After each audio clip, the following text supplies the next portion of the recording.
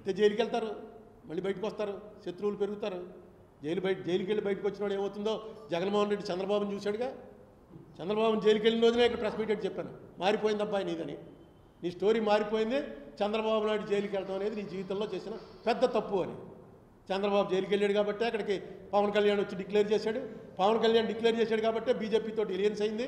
బీజేపీతో ఎలియన్స్ అయ్యి అక్కడ బీజేపీ ఈయన మీద ఆధారపడి వచ్చే పరిస్థితి వచ్చింది. ఇక్కడ చరిత్రలో ఎన్ని లేనని సీట్లు వచ్చాయి, ఎప్పుడు చూడని సీట్లు వచ్చాయి. ఒక్క తప్పు, నిజానికి చంద్రబాబు నాయుడు గారిని ఆ కేసులో నాకు తెలిసిన నాలెడ్జ్ ప్రకారం ఆయన్ని జైలుకి పంపేటువంటింత లేవు ఛార్జెస్. ఎందుకంటే మనీ ట్రైల్లో ఆయన దాకా డబ్బు వచ్చింది అని అక్కడ చూపించేది లేదు. అందుకే నేను సిబిఐకి అప్పచెప్పండి అన్నాను. ఇక నన్ను మామూలు జైలుకి వచ్చి చూసిన ప్రతి వాళ్ళల్లో బూతులు తిట్టిపోయారు. ఇప్పుడు మనకు అందులో ఏంటంటే పెద్ద వాళ్ళందరూ ఇప్పుడు చాలా పెద్ద మంత్రులు అది అయిపోయారు, వాళ్ళందరూ నన్ను బూతులు తిట్టిపోయారు. ఆ వీడియోలు అప్పుడప్పుడు చూసుకుని నవ్వుకుంటూ ఉంటాను.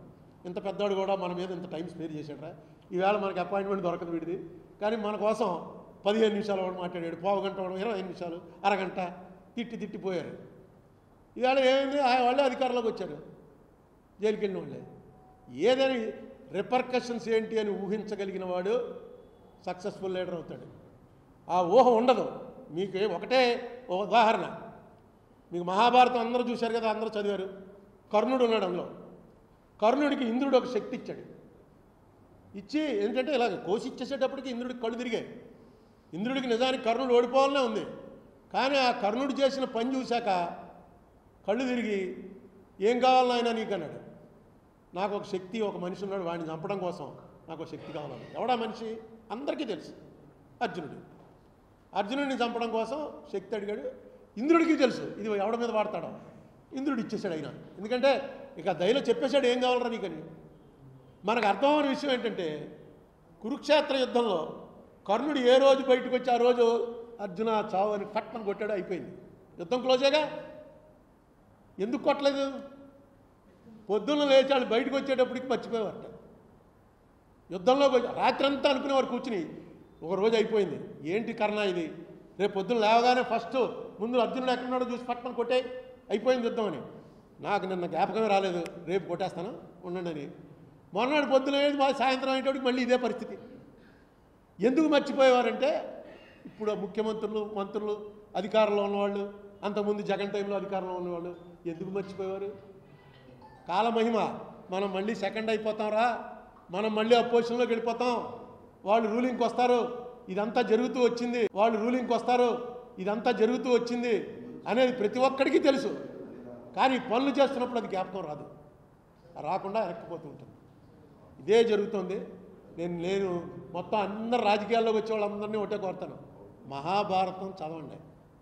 మొత్తం ఇప్పుడు రాజకీయం అంతా అప్పుడు ఉంది. నేను కూడా చదవాలా, నేను కూడా వీళ్ళు పాండవులు కౌరవులు కురుక్షేత్రం క్లోజ్ అయిపోవడంతో అయిపోయింది అనుకుంటాం. తర్వాతే ఉంది అసలు కథ అంతా. ఆ తర్వాతే అన్నీ రాసుకుని వచ్చారు, ఎలా ఎప్పుడెప్పుడు ఏమేం జరిగింది, ఎందుకు అలా జరిగింది మొత్తం రాసుకుంటూ వచ్చారు. ఒకసారి ఎప్పుడైనా భారతం టైం ఉంటే చదవండి. నేను ముసలాన్ని అయిపోయాక మొదలెట్టాను అనుకోండి, చాలా ఇంట్రెస్టింగ్. ఈవేళ జరుగుతున్నది కూడా సేమ్ అదే. నేను చంద్రబాబు నాయుడు గారిని రిక్వెస్ట్ చేసేది, ఎందుకంటే నేను నా బయోగ్రఫీ, ఆటోబయోగ్రఫీ రాసుకుంటున్నాను, ఇతనే నా కోసం అనుకోండి. ఆ రాసుకున్న దాంట్లో చంద్రబాబు నాయుడు గారికి దాదాపుగా 30-40 పేజీలు రాస్తాను. ఆయన పర్సనల్గా కూడా కలిశాను కాబట్టి, అందుకే రామోజీరావుని కలుద్దామని ప్రయత్నించి విఫలమయ్యాను. పర్సనల్గా కలిశాను కాబట్టి రాస్తాను. రాసే దాంట్లో నేను ఆరోపణలు చేయగలను, కానీ మీరు తప్పు చేశారని దానికి ఆధారం ఇది అనడానికి ఆధారం లేదు. ఇందులో మాత్రం దొరికారు.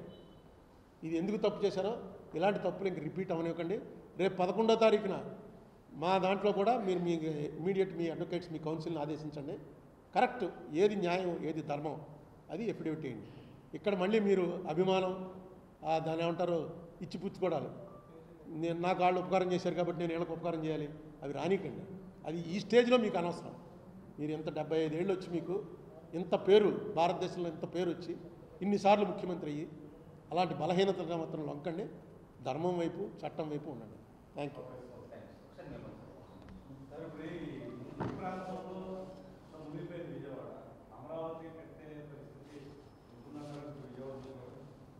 ఇవన్నీ మామూలేనండి. అమరావతి గురించి నేను అనేక సార్లు మాట్లాడాను. సో వాళ్ళు అక్కడ నిర్ణయం తీసుకున్నారు, కడతారు, దానికి ఏం కావాలో అది చేస్తారు. ఇప్పుడు ముంపు వచ్చింది కాబట్టి అమరావతి మునిగిపోతుందని ఇవన్నీ పొలిటికల్ ఎలిగేషన్. నేనేమో రాజకీయ పార్టీకి సంబంధించిన వాడిని కాదు, నాకేమీ అమరావతి అనేది ఆయన నిర్ణయం, ఆయన కట్టింది. నేను బుక్కే రాశాను. ఫస్ట్ అపోజ్ చేసింది నేనే. జగన్ కూడా సపోర్ట్ చేసినప్పుడు నేను అపోజ్ చేశాను. అన్నిటికీ వ్యతిరేకం. అబ్బో చాలాసార్లు అయ్యింది. కానీ వాళ్ళ నిర్ణయం, అది గవర్నమెంట్ నిర్ణయం, తప్పదు కదా.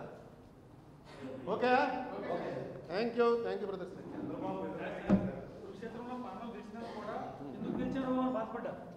మామూలుగా 100 పేజీలు మాట్లాడతారు.